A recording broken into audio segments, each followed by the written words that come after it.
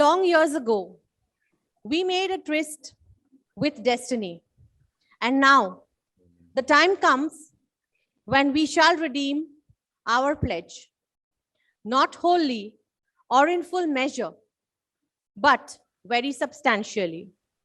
At the stroke of the midnight, when the world sleeps, India will awake to life and freedom. These were the historic words that echoed the central hall of the Indian Parliament as the Prime Minister of the first Prime Minister of independent India, Pandit Jawaharlal Nehru, gave a speech on the eve of India's independence on 14th of August, 1947. In his speech, he further says, freedom and power bring responsibility. That future is not one of ease or resting, but of incessant striving so that we might fulfill the pledges we have made so often, and now the one we make today. The ambition of the greatest man of our generation has been to wipe every tear from every eye. That may be beyond us, but as long as we are there, tears and suffering are there, our work will not be over. So today, friends, as India celebrates its 75th year of independence, the Jaihind People's Movement takes pride in welcoming you all to the second Virtual Global Conference 2021, coming together for peace, harmony, and progress. I would request my tech team to start this session with a beautiful song on the Mahatma, De Di Hame Azadi Bina Khadag Bina Dhal. This song has been recorded by the Jaihind Kala Manch themselves. I request my tech team to please go ahead and play the song.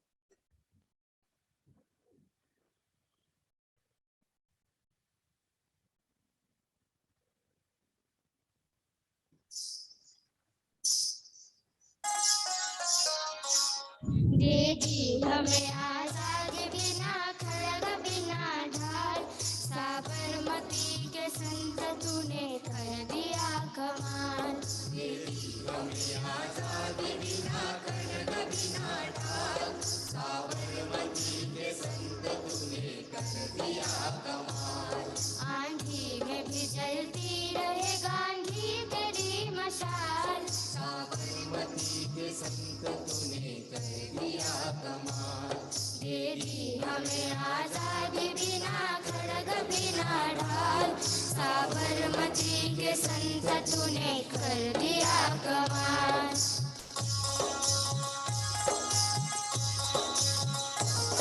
धरती पे लड़ी तूने अजब ढब की लड़ाई, दागी न कहीं तूफान बंदूक चलाई, दुश्मन के किले पर भी न की तूने चढ़ाई, बहरे फकीर खूब करामात दिखाई।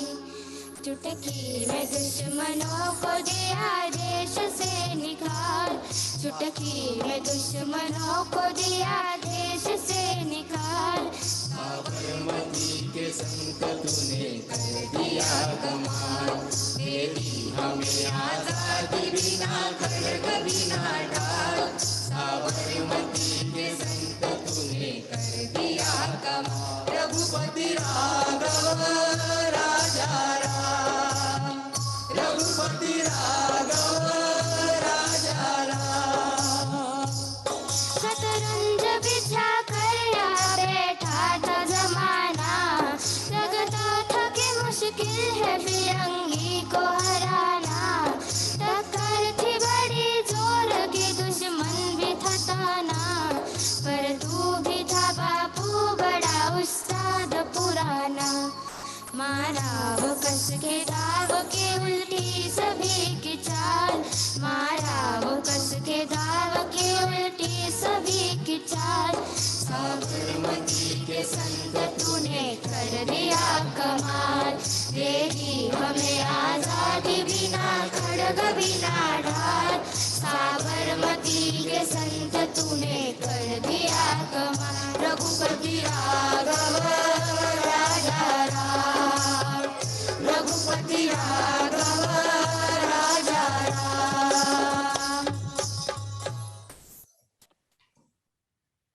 Our topic for the session today, the first session rather, is India at 75 and its global presence. India's journey of the last 75 years has been marked with achievements and failures.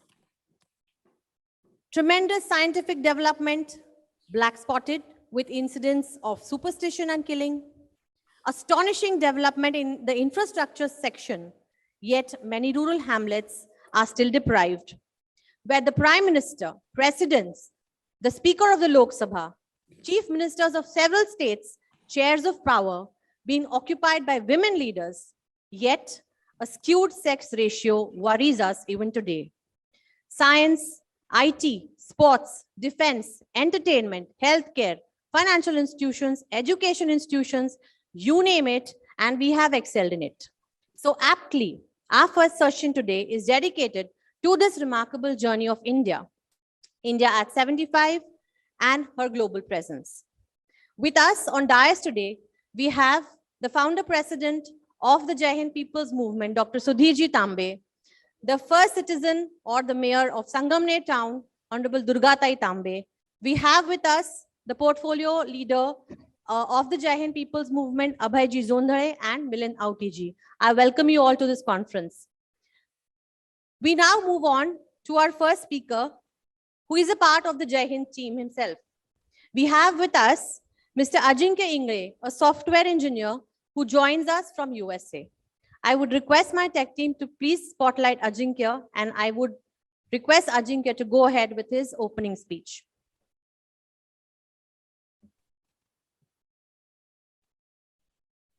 Thank you. डायसवर उपस्थित असलेले सर्व मान्यवर, माननीय सुधीर तांबे साहेब आणि माननीय दुर्गाताई तांबे साहेब यांना मी वंदन करून माझे 2 शब्द मी बोलतो. तर India at 75 and it's global presence या विषयाच्या अनुषंगाने भारताच्या आर्थिक आणि सामाजिक इतिहासाचा आढावा घेताना आपल्याला पाठीमागच्या 75 वर्षामध्ये भारतातील काही महत्त्वाच्या घडामोडी आपण आढावा घेऊया. सुरुवातीच्या 10 वर्षामध्ये पंडित जवाहरलाल नेहरूंच्या नेतृत्वाखाली भारताने विविध क्षेत्रांमध्ये मौलिक कामगिरी केली. कोयना जायकवाडी सारखे पब्लिक प्रोजेक्ट्स मधनं पायाभूत सुविधा निर्माण करणे असतील किंवा IIT IIM सारख्या संस्थांची पायाभरणी असेल किंवा भाभा ॲटॉमिक रिसर्च संस्थेसारख्या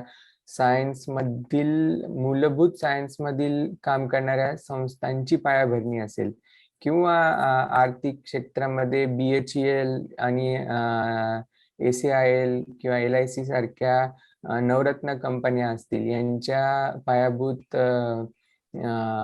पायाभरणीच्या कामामध्ये हातभार लावला गेला. नंतरच्या 1960 आणि 70च्या दशकामध्ये एक प्रकारे आपण हरित क्रांती आणि त्या ॲग्रिकल्चर रिव्होल्युशन, मिल्क प्रोडक्शन या सगळ्या सेक्टरमध्ये एक मूलभूत प्रकारचं जागतिक लेवलला दिशा देणारं काम भारताने केलेलं आहे. मग त्याच्यामध्ये बँकेचं नॅशनलायझेशन आलं किंवा समाजातल्या आणि आर्थिक मागासलेल्या वर्गांमध्ये शेतकऱ्यांमध्ये शेवटच्या घटकापर्यंत आर्थिक पुरवठा कसा होऊ शकेल या प्रकारची काळजी घेतली गेली आणि त्याच्यामधनं आपल्याला भारताला एक नवी दिशा अशा प्रकारे मिळालेली. त्याच्यानंतर जसं आपण पुढे गेलो तसं आपल्याला असं लक्षात यायला लागलं की आपल्याला आता जगाच्या मध्ये कॉम्पिटिशन मध्ये उतरायचं आहे आणि एक प्रकारच्या चायना असेल, अमेरिका असेल, यांच्या आर्थिक धोरणाशी आपल्याला संलग्न असं एक प्रकारचं आर्थिक धोरण आपल्याला निर्माण करायला लागेल आणि त्याच्यातनं आपल्याला स्वतःची आर्थिक प्रगती करून घ्यायला लागेल. त्याच्यामध्ये आपल्याला मनमोहन सिंग आणि PV नरसिंहराव यांच्या नेतृत्वाखाली आर्थिक लिबरलायझेशन आपण 1990च्या दशकामध्ये आपल्याला दिसून येतं. त्याच्यामधनं जे पुढची 2 किंवा 3 2 दशक, जवळजवळ आता 3 दशकात जी काय आपण बघतोय त्याच्यामध्ये भारताने एक प्रकारे एक जायंट लीप असं आपण म्हणू अशा प्रकारची अचीव केलेली आहे. भारताची इकॉनॉमी आता जवळजवळ पहिल्या 5 मध्ये गणली जाते. मॅन्युफॅक्चरिंग असो, सर्व्हिसेस असो, ऍग्रिकल्चर सेक्टर असो, आपण जगामध्ये कुठंही कमी नाही. हेच बघत असताना सामाजिक क्षेत्रामध्ये सुद्धा आपण त्याच पद्धतीने कामगिरी केलेली आहे. RTI सारख्या ऍक्ट असतील किंवा national rural employment generation scheme सारख्या स्कीम असतील की जेणेकरून आर्थिक मागासलेले जे वर्ग आहेत त्यांना एक प्रकारचे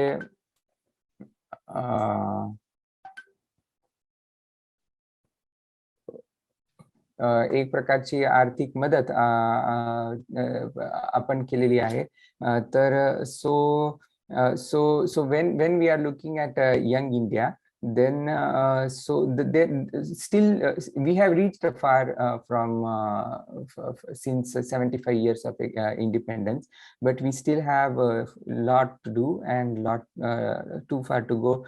So from the young India perspective, there are 2 areas where there are the most concerns, or we are going in the we are tracing steps back to the history. Those 2 sectors will be, I think, from my perspective, are education and second is employment. So in the education sector, we have not been spending enough. We are not achieving the 6% target, 6% of the GDP target for public expenditure. We are still stuck at around 3 to 4% of expenditure.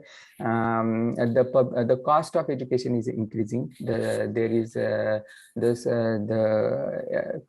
there is inequality in education, and so the people in urban areas have access to education, but people in the rural areas don't have access to good quality education, and the cost is increasing. For these reasons, there were so many protests from the students in JNU, FTII. We all know the agitation started by Rohit Vemula, also in Jadavpur University and all around India. So these are the concerns which are being expressed continuously, but in the past, especially in the current government, we have not been heard. Hopefully there will be more awareness in this sector. Coming to the employment, we have increased the GDP, but this is kind of a jobless growth which India is facing. So just to give you a context in numbers, 10% increase in GDP results in only 1% increase in employment. National unemployment rate is still at 16%. Instead of full-time jobs, many people are working on contract-based as well as trainee-based employment, and the income levels have not risen significantly even if there are jobs. So almost, just to give you some context, about 80 to 90% of people still live on 10,000 monthly income. Of that, that basically translates to the minimum wages of Narega. So there is, in addition to this, there is 2 fault lines. First fault line is the caste fault line. Second fault line is the gender fault line. So, for example, even if there are like 16% of women in the service sector, of those 16%, 60%, there are 16% 16% people engaged in service sector. Of those, 60% do domestic work, and these people are women. The other point is of the 18 to 19% of scheduled caste people in employment, about 46 are employed in the leather works. So there are some fault lines which we need to address if we have to spread this to a if we have to take care of the inequality in employment. So with this, I will open up the platform to the next speaker, so that we can discuss these issues in much more detail. Thank you. So much, Ajinkya, for setting the tone and the stage for this first and the second session as well.